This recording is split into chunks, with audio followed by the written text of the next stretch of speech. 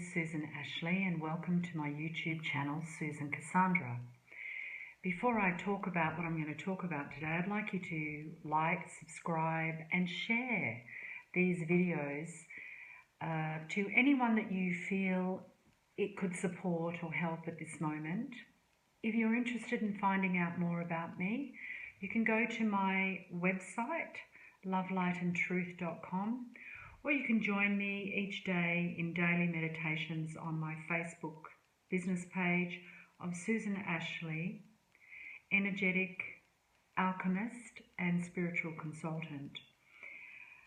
Now, I wanted to do a little bit more information with regards to the darkness today to kind of share with you what I know to be true. And this has not come from a book or a video that I watched or something like this. These are my own personal experiences. I'm a very skeptic person, so I don't believe anything until I've experienced it. And I am multi-sensory, so I hear, feel and see. A lot of people usually have one thing that they're predominant in. For me, they're all pretty much the same. Some people just, I don't mean just, but some people are very clairvoyant and that's their gift. Other people are clairsentient, so they feel a lot, and other people are clairaudial, so they hear. I happen to have all of those, and so I use them in my work to help people to move through things rather quickly. I started off as a therapist many years ago, and when I started, actually, I would get these people come to me and I didn't understand. I used to pray at night and say, God, please help me. I don't know what to do, because they were coming to me, and majority of them, like I had a lot of rape victims and abuse victims, but majority of them were having satanic situations, satanic abuse happening to them. And then I started to see over a period of time, obviously I got better and better known for the work that I did in that because of my abilities and because of my connection to spirit. I started to really learn, and I also had friends in my life that really helped me. I had one friend who was an anthropologist who really investigated different forms of magic, so he would really delve into like voodoo, Wiccan, all of these things. So he was helping me to understand what I was hearing and also what I was experiencing, because when you're working with people like this, things start happening in your own life that can be very, very scary. And I needed answers and I needed to know. And at the time, there was no internet, there wasn't even a mobile phone. So there weren't a lot of books on it, not that I could find in Australia at least. So it was, I felt like I was on my own, and it was only for the blessing of some of the people in my life that had a lot of heart and believed me, even though they may not have believed the situation, they believed what I was telling them was true. And also spirit. Because when I was young, I saw spirit. I stopped it when I was 15. In my early 20s, it came back with a sort of a vengeance.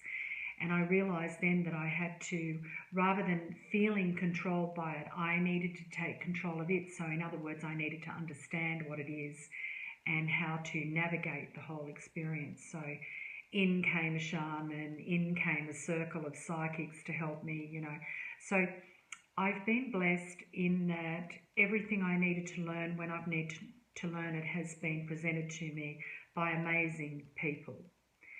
And so as a result of that, I have a foundation of knowledge that is quite different and unique. I know a lot of people specialize in certain fields and everything, but I kind of have specialized in this, and then I went into that, and then I did this, because I like to move things really fast. I get bored very quickly. I've got a very active personality. in that way. So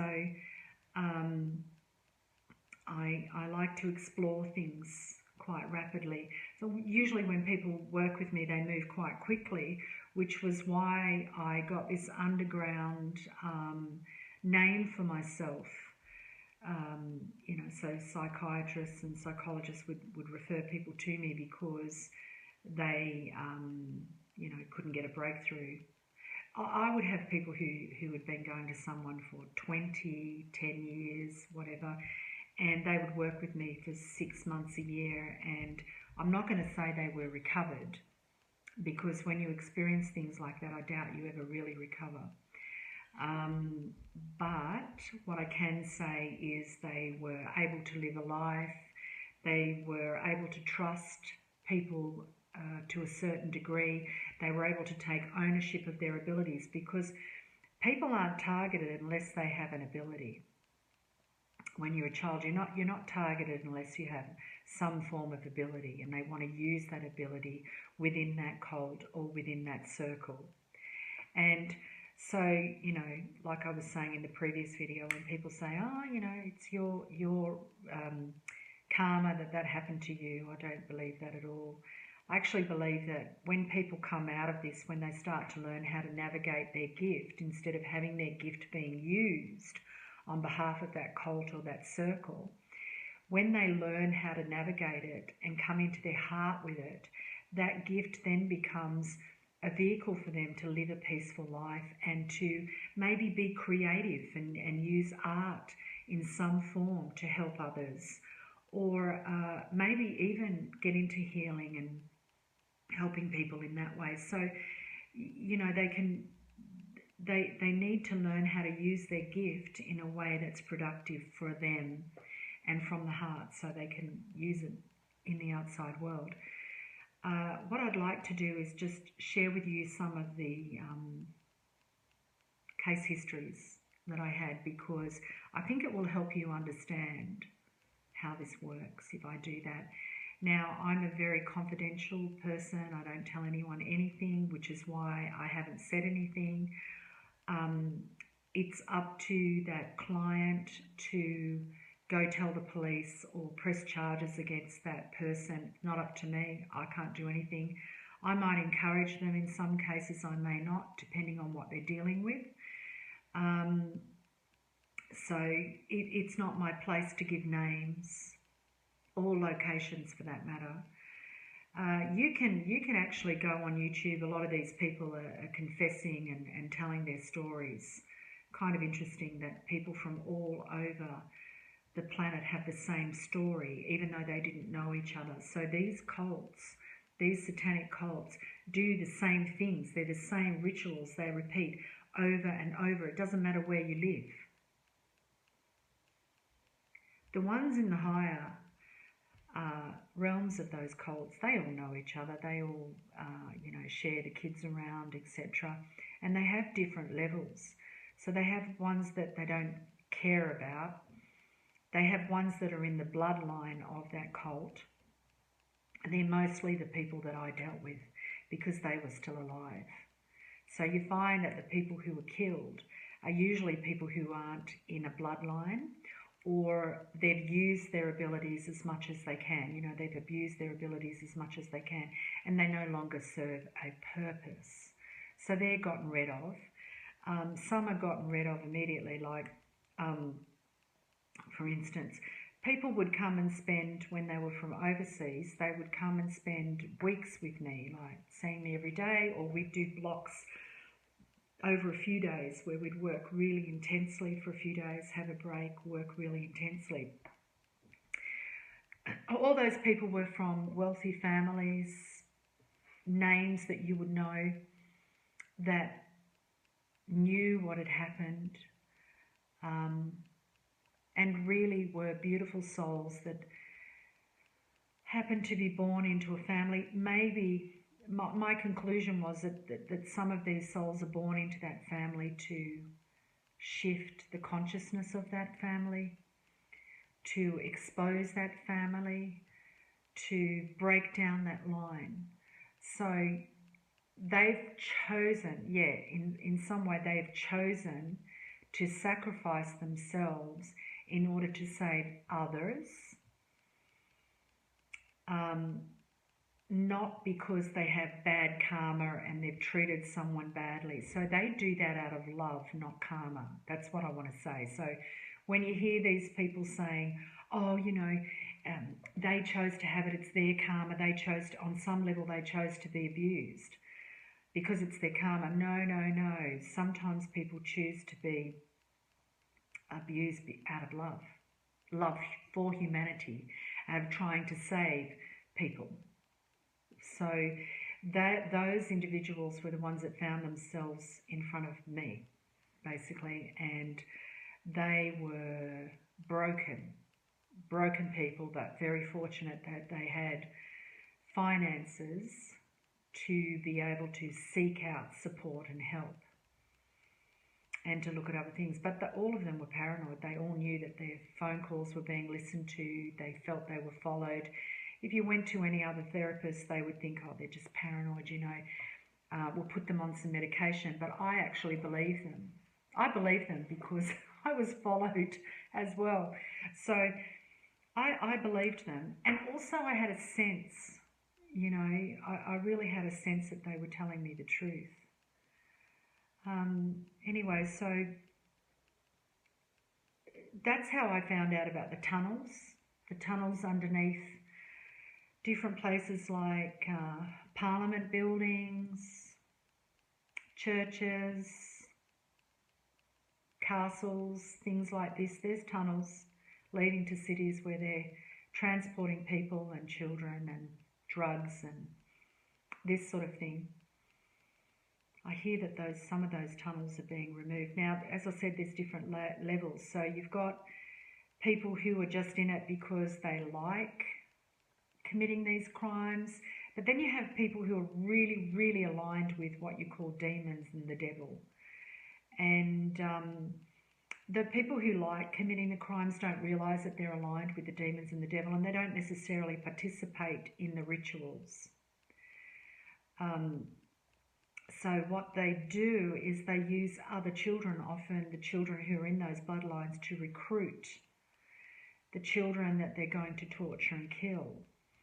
So those people who are born into those bloodlines that have heart, that are there to expose it all, you know, it nearly kills them because they're told, like, if you don't, you know, go into that shop or that park and convince that child to follow you, then what we're going to do to that child, we'll do to you.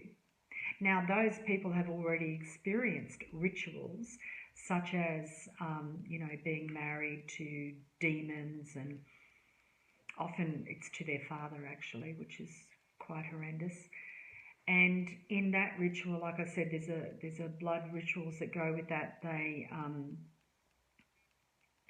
So they would kidnap a child, right? Several children would be kidnapped because it wouldn't be just one, because they'd have these parties, these celebrations, these initiations and etc. that would happen on weekends under certain moon cycles, and they would all go into a country area and have a massive party, you know. And so children, teenagers, some adults, pregnant women that they may have impregnated, etc., will all be going into this country area.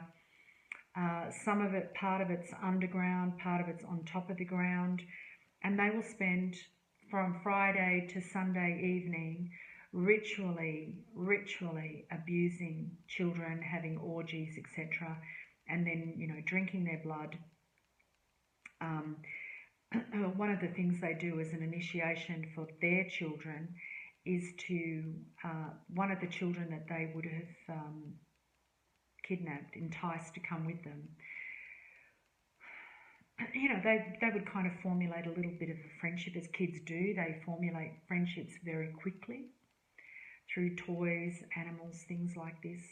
And they would skin that child alive, literally skin it alive. And then they would place the skin of that child onto their child. And then that child would be raped.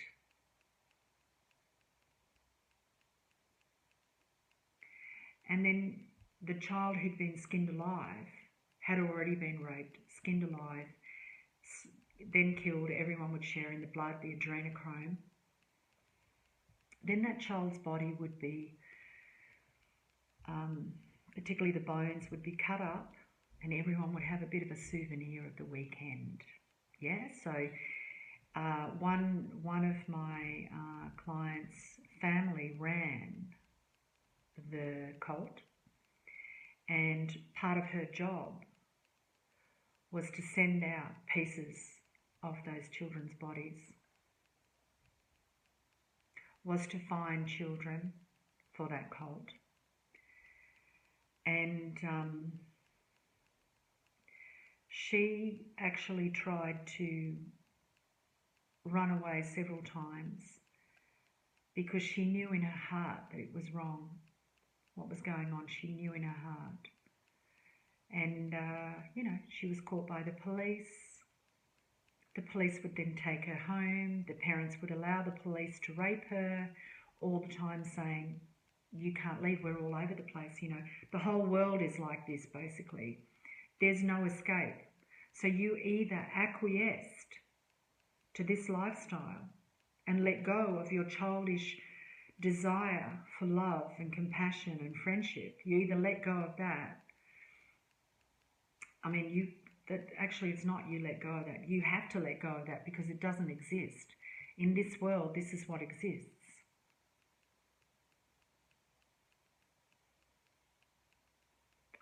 And so sometimes it's not until they go into the world, like for work and things like that, that they start to realise that it's not all like that. If they have a college friend or something, that they see how their family is, and it reminds them of how they felt as a child, that they had this longing, this desire for connection and love. A lot of the time these beautiful souls are impregnated by their own family members. These children are then aborted at some stage in the pregnancy, and then these children are also killed ritually. So this is what they go through. They often go through the initiation of being tied to a bed and having men pay their parents for sex. It's all part of taking away different parts of themselves. Like as you're growing up, you actually anchor in a chakra or a sense of self for the first 7 years of your life. And when they do these rituals, it's mostly in the first 7 years of the life. Then it's repeated into different things, but the first 7 years are really important. So what they're doing is they're anchoring, instead of the truth about the universe in love, light and truth aspects, they're anchoring a darkness in there.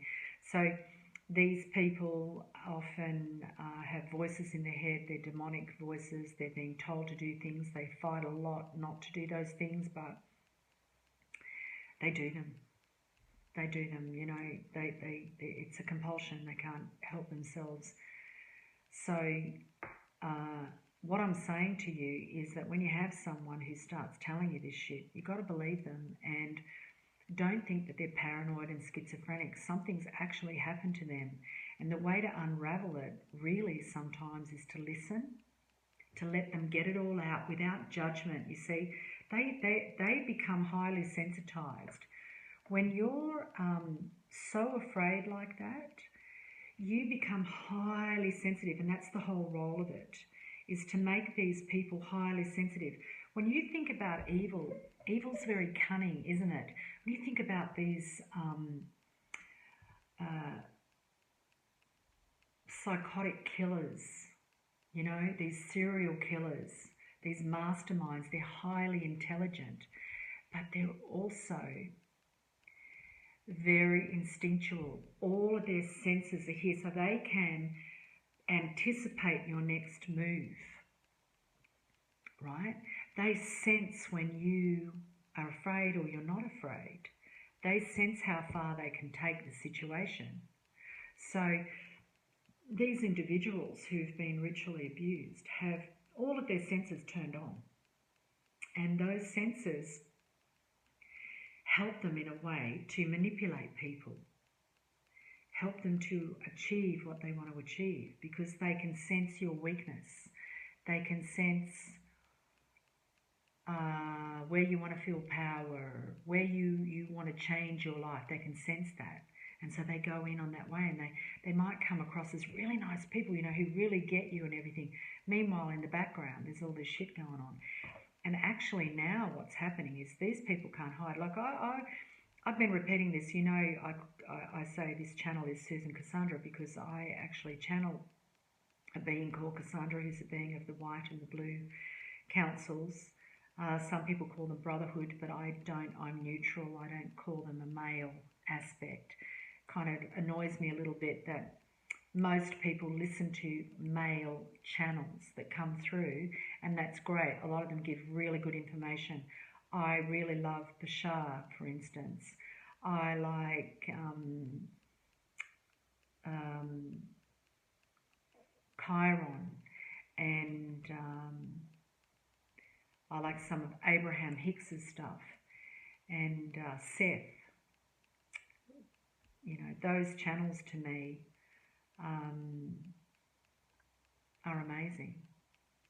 But if you notice, they're all male. So people listen to them. They have a great audience because we always put men in the place of authority as having the knowledge. They're the ones who know. So Kassandra is neither male or female, but she chose to represent as the feminine because she said, it's the feminine that's going to bring peace upon the planet, and it's the feminine that people most need to listen to. Let's see how this goes.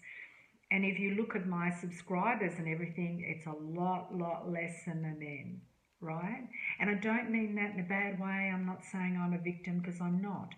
It's just fascinating to me how when a man says something, everybody listens, and when a woman says something, people sometimes don't even hear it.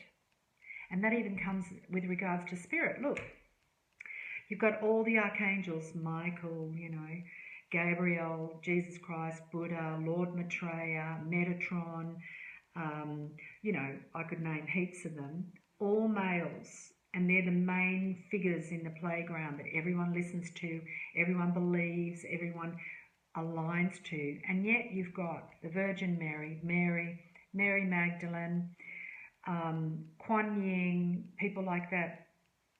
No, they don't get as much airplay. If people channel them, they don't get as much airplay. It's very interesting. It's increasing, it's getting better, but it's very interesting to me because the collective consciousness on this planet has been for thousands of years around silencing women and their knowledge. So that's why Kassandra chose to use the name Kassandra, because Kassandra was a famous you know, prophet, psychic that lived years ago. Well, it wasn't her. That wasn't her incarnation, but she just chose that name. Who was never believed, but was always honest and true. She was always really true, but nobody believed her. So I find that fascinating. Anyway, it's just something that I find very interesting. And when you look at the demonic things, yeah, they have females there, but they have a lot of males as well. So it's that male energy. I'm not saying anything against men. I'm just saying the male energy has been the predominant frequency on the planet, and it got twisted, and it got twisted because of the demonic energy that's here, that's been around for thousands of years, that has approached the male energy and said, hey, do you want more power? Because a man's energy is all about power, isn't it? You know, I learned all this through working with these people. It's bizarre.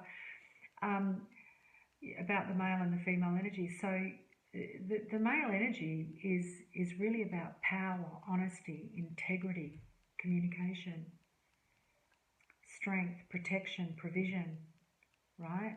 When you put that in the other side of itself, like when you turn it around to something negative, it's about control, domination, disempowering, enslaving, etc. So when you look at these big companies, they're mostly controlled by negative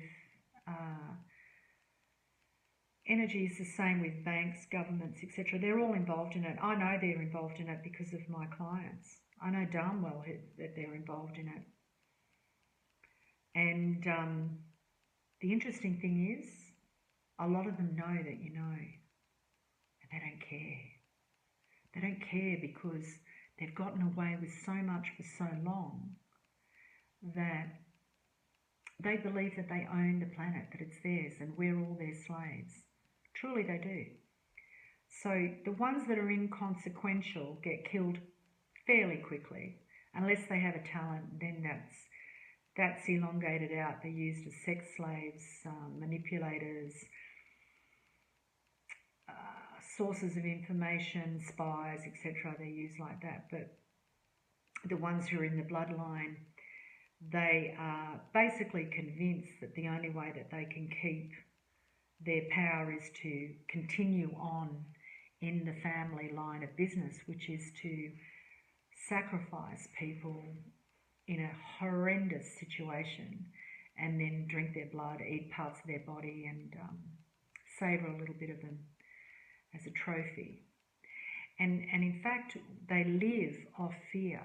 So when you think about the fact that most people are in that sort of grey area where they're just surviving, you know, so they're not able to give any energy to finding out the truth, because all they're able to do is go to work and come home, have a meal, maybe spend some time with their family, with their friends, go to sleep, get up again, do the same thing. And financially, they're just surviving. They're just paying the bills. So they don't have the luxury of being able to afford time and money into discovery. But what you're finding is people have become more and more disconnected, and there was a whole process of making us all disconnected so we wouldn't talk to each other and know the truth. And this disconnection has created in teenagers and young adults anxiety, depression, things like that, because we're not connected anymore in the way that we need to be. And these kids are demonized in a way because of the sexuality crap that's going on, and the images that they see not only at school but in their personal lives, in the games that they play and everything. And even these kid shows, you know, they're all full of symbology that goes into your psyche, because your psyche is very absorbent, and without realizing it, you're receiving these images, these words, these feelings all the time, and that becomes an energetic imprint. And it's not till you become aware of it that you start to release that imprint. It's like, you know, when I'd be working with people who had gone through these rituals, you had to follow the imprint. So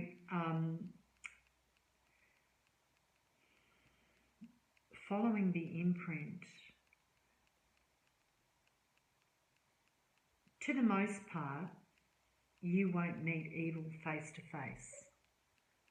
It's unusual for you to meet in your daily life, you know, or even in a lifetime, for you to meet someone who is actually evil, who's incarnate evil.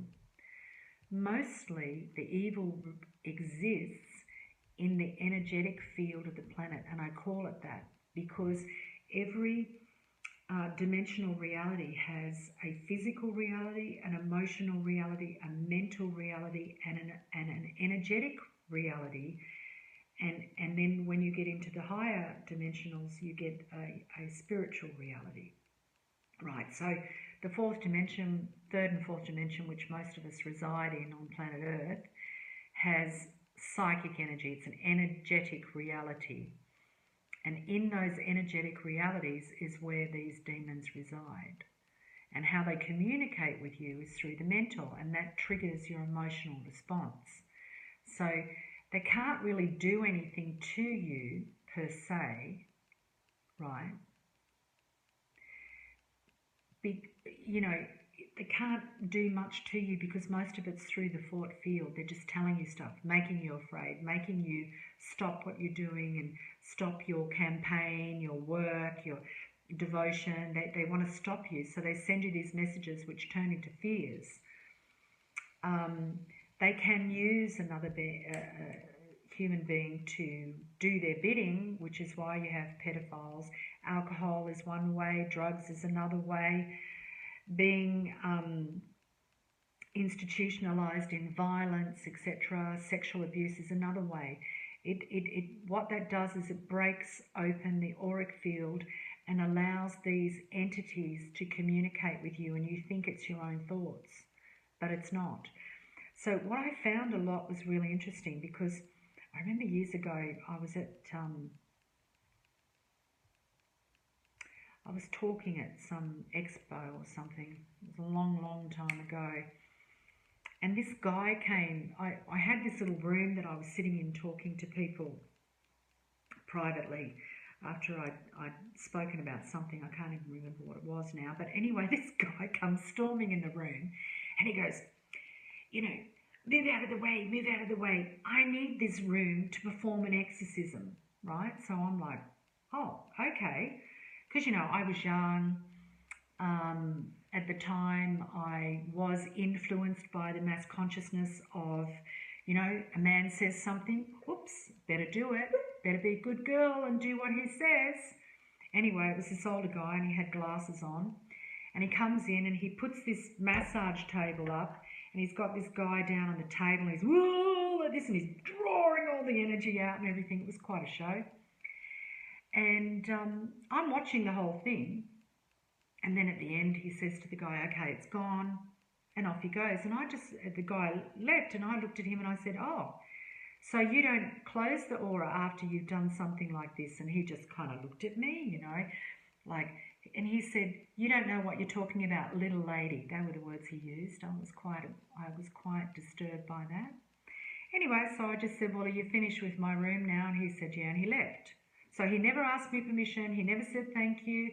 He just was kind of really disrespectful to me and the person that I was with at the time. And then I realised that he didn't close off that person's aura. So what happens when you don't close off a person's aura after you've released an entity from them? You leave their aura wide open, which is what the satanic abuse does. It cracks your aura open. An accident will do that too, but this is deliberate, right? So it cracks the aura open so that an entity can come in. But when you release an entity from someone, you have to close the aura up as well. Otherwise, more entities will come back, like maybe even the one that just left and a couple of its mates, because now the aura is wide open. Anyway, so I said to the guy, oh, you're not, you know, and he goes, oh, don't worry, little lady. So at the end of the evening, when we were all rounding up, he had lost his glasses, and he came into my room looking for the glasses. And he goes, oh, I've lost my glasses. Have you seen my glasses? And I said, well, no, I haven't seen your glasses, but, you know, maybe it's a symbol of you're not seeing things, you know, you're not seeing things in a clear way. I thought, I'm going to be a little bitch here. And so I said that. I thought that was really funny. Anyway, it's not very nice, is it? But I wanted him to see the symbology of the fact that he wasn't willing to see anything around him, or even to acknowledge that I was actually working in that room with someone, and have respect for that person and myself. So when you remove an entity, you've got to, when you remove an entity or you remove a timeline,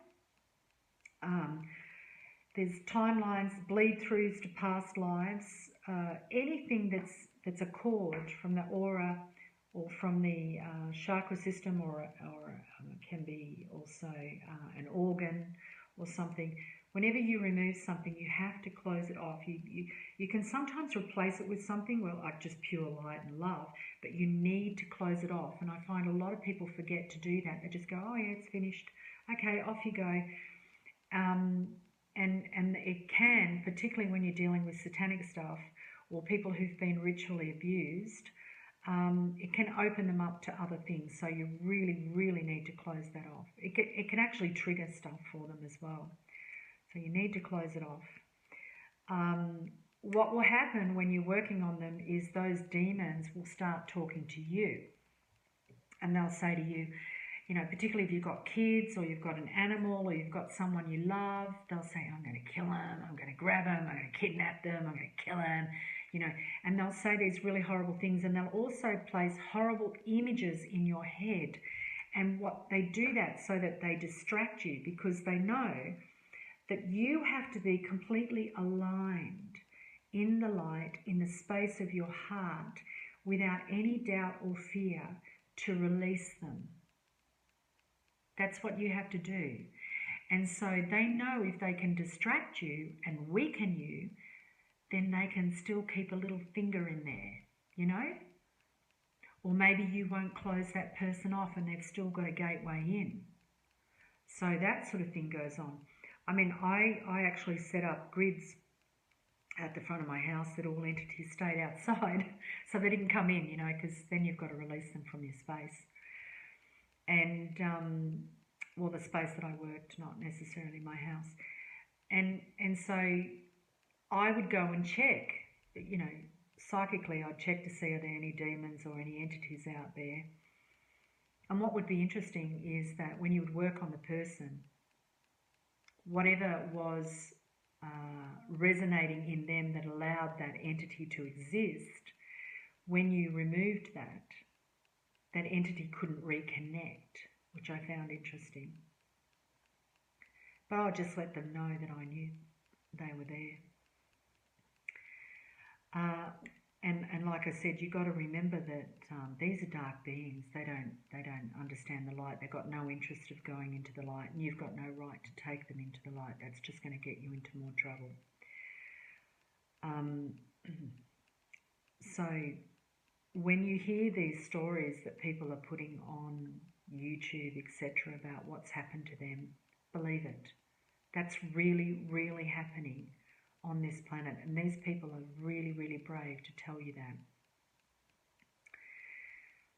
When you've been initiated into such horror and you're brought up to believe that this is the normal way that we live, it takes a great deal of bravery and love to move yourself out of that. So have respect for those people. And I would say build up your field, you know, build up your energy field if you're going to work with these people. I used to do a lot of physical exercise. I used to run every morning, do yoga in the morning, strict vegetarian, everything, because I had to be strong in myself to be able to hold the energy I was holding, the amount of light that it required from the beings that were working with me to be able to remove these demonic energies.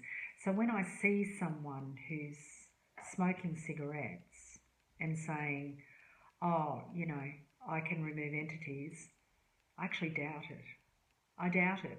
And I don't mean to be disrespectful to people, but I really do doubt it, because cigarettes have a certain vibration that cloud your auric field. And basically it's saying you want to have, to me, cigarette smoke is like piss off and leave me alone. So it's creating a wall between you and the outside world.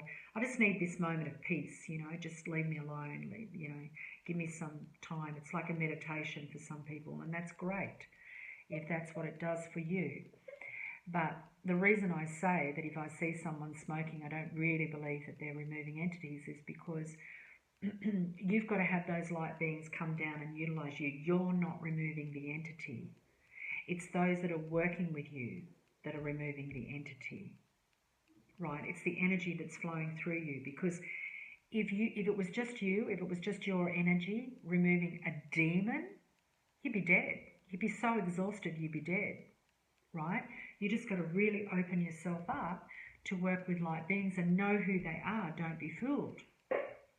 So when you open up like that, and those high frequency beings are coming down and utilizing you as a vehicle, well, and you're smoking, it's like, you know, piss off and leave me alone. It's very hard for them to get through. You know, sometimes I would do healings for people. When you do healings with people, you merge with their energy. So you merge with them, or readings. And if I did one for someone who was a heavy smoker, I used to feel like I smoked 40 cigarettes afterwards.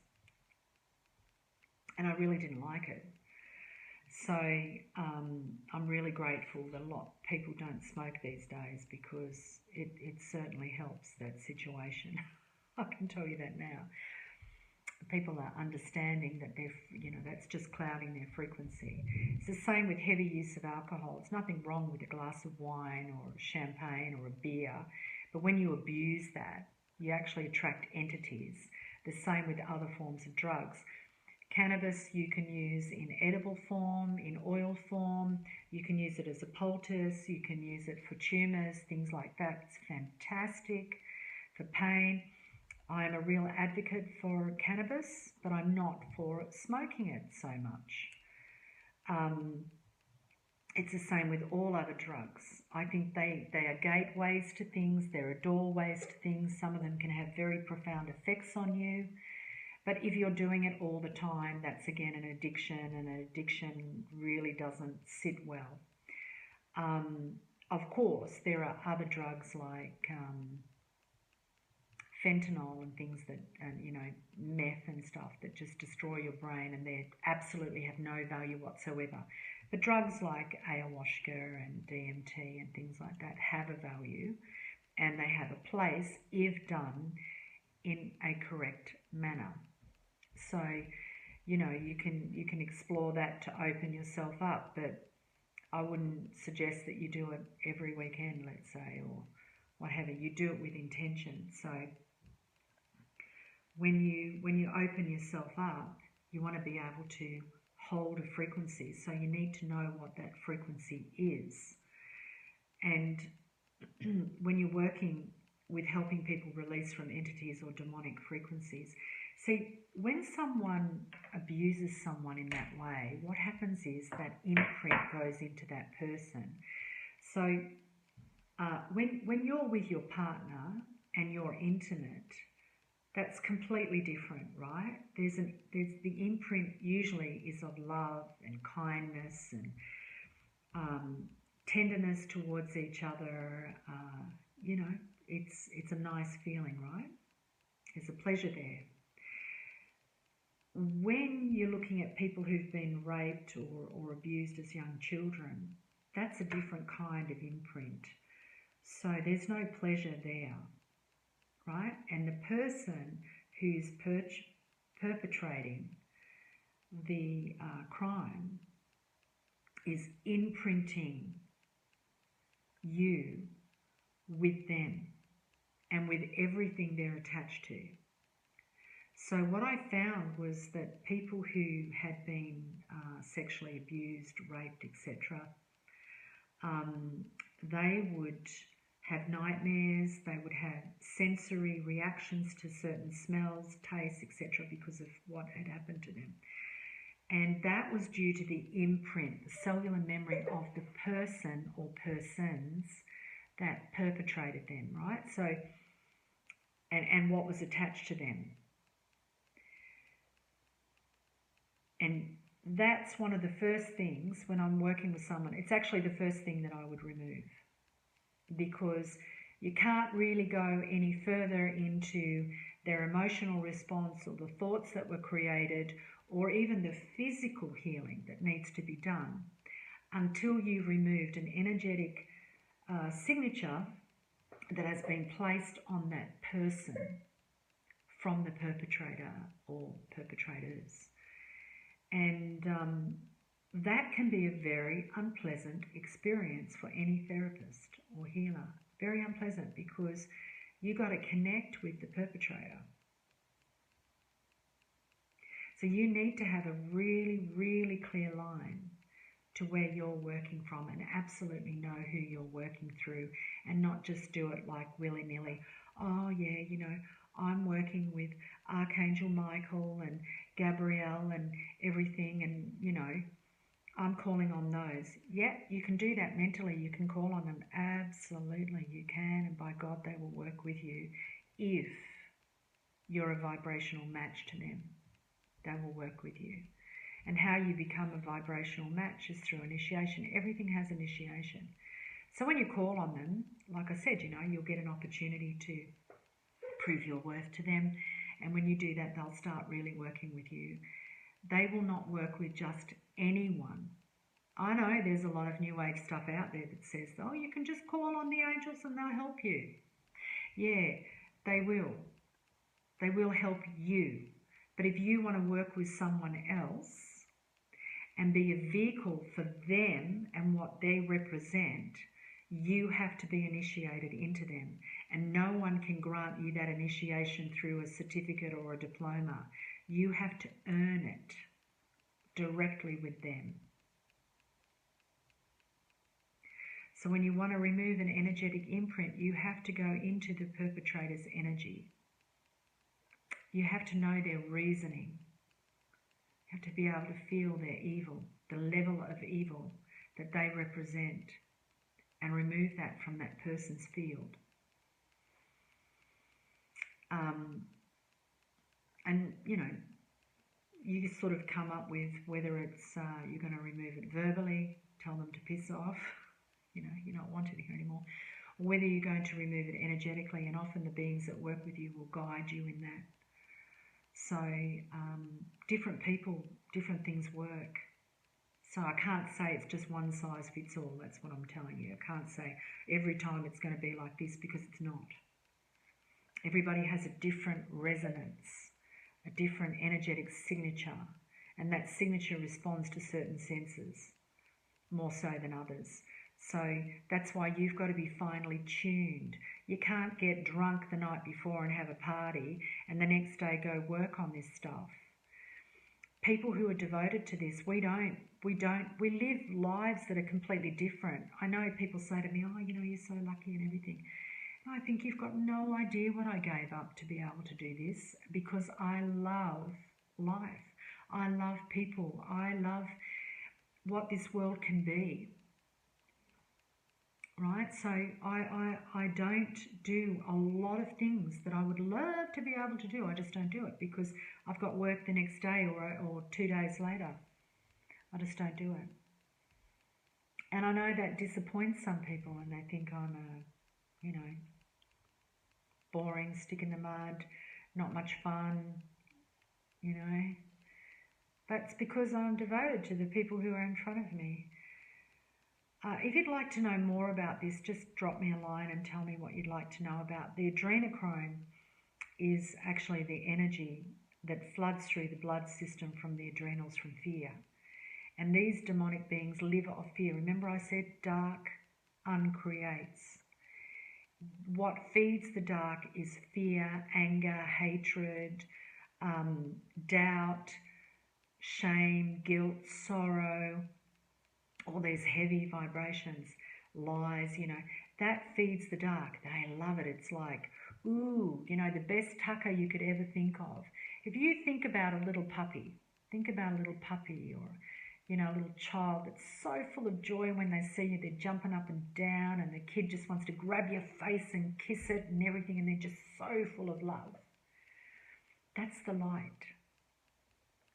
And when you think about what they represent, that's that child screaming in pain.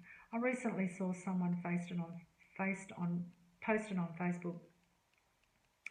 Some teenagers actually took a dog that just had puppies, beautiful puppies, slaughtered the puppies in front of the dog, then took photos of themselves doing this to the dog. You know, like, up yours, we just killed your babies, how the frig do you feel now? And the dog was completely and utterly destroyed. It nearly killed me to look at that, just the images. I wanted to go and slap those boys silly. Slap them silly. What do you think is working through those boys? It's not love. It's demons. How do you think those demons got a hold of those boys? Through shit on the internet, the games that they play, desensitizing them, through whatever that's going on with their parents, because if you don't know your kids are behaving like that, there's something seriously wrong with you, right?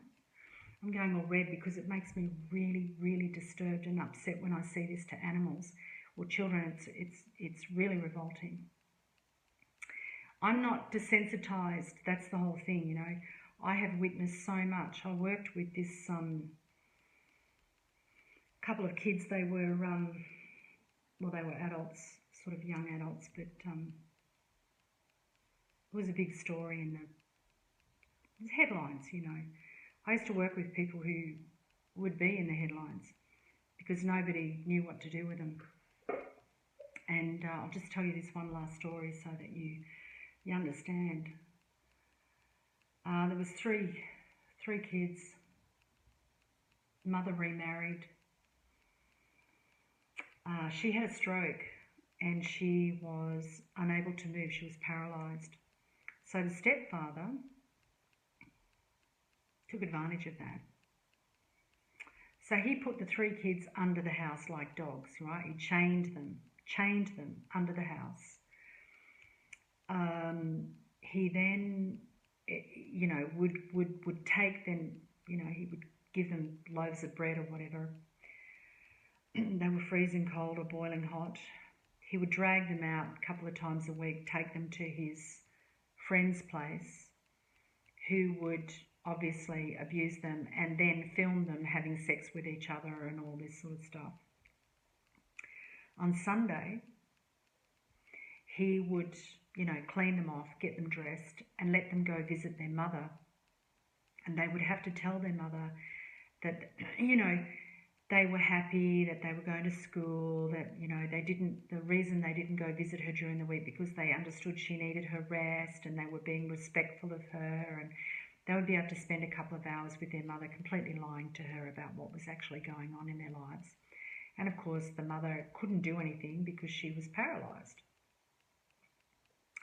Anyway, eventually the school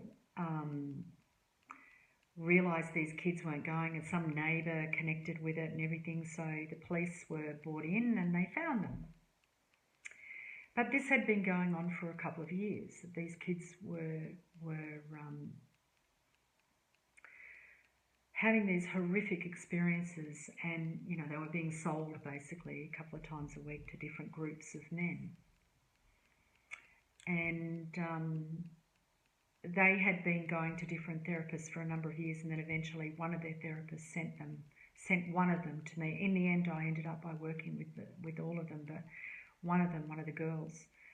And I was working in this clinic. There were other people there, and the person who had recommended was also there.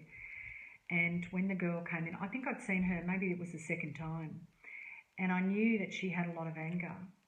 I could feel this anger, you know, and I knew that she needed to release it. So I kind of triggered her a little bit. She ran out of the building screaming. She was like screaming because, you know, people would often scream or what have you, and then they'd be reduced to tears and then everything would be okay. But she actually ran out of the building screaming.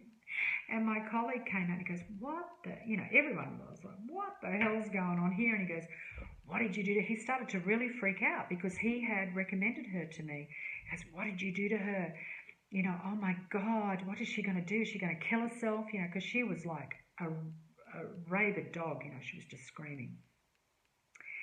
And I said to him, it's okay. It's okay. She needed this. She'll ring me. And sure enough, a couple of hours later, she rang. Well, we didn't have mobile phones, but she rang on the landline, and then I went out and I spoke with her. She, by that stage, had broken down crying. She was just like, you know, a wet rag, and I sort of calmed her down and convinced her to come back. And then we were able to go through some things, and then, you know, she had some realizations and some release and some healing for herself, and then she invited other members of her family to come. They all had really strong sensitivities, so they couldn't bear certain noises, bright light, because they'd been, you know, under the house for so many years. There was a lot of different aspects to work with that, but the imprint that all of them had, I had to go in and undo every single perpetrator over a period of years. And, you know, you kind of, you get faster at it, and you can sort of clump a few together and everything, but it takes absolute concentration. You can't be thinking about what I'm going to have for dinner, or another client or your boyfriend or anything like that. You have to be 100%. This is where meditation comes in. And this is why I'm a great advocate for meditation, because it helps you to still your mind.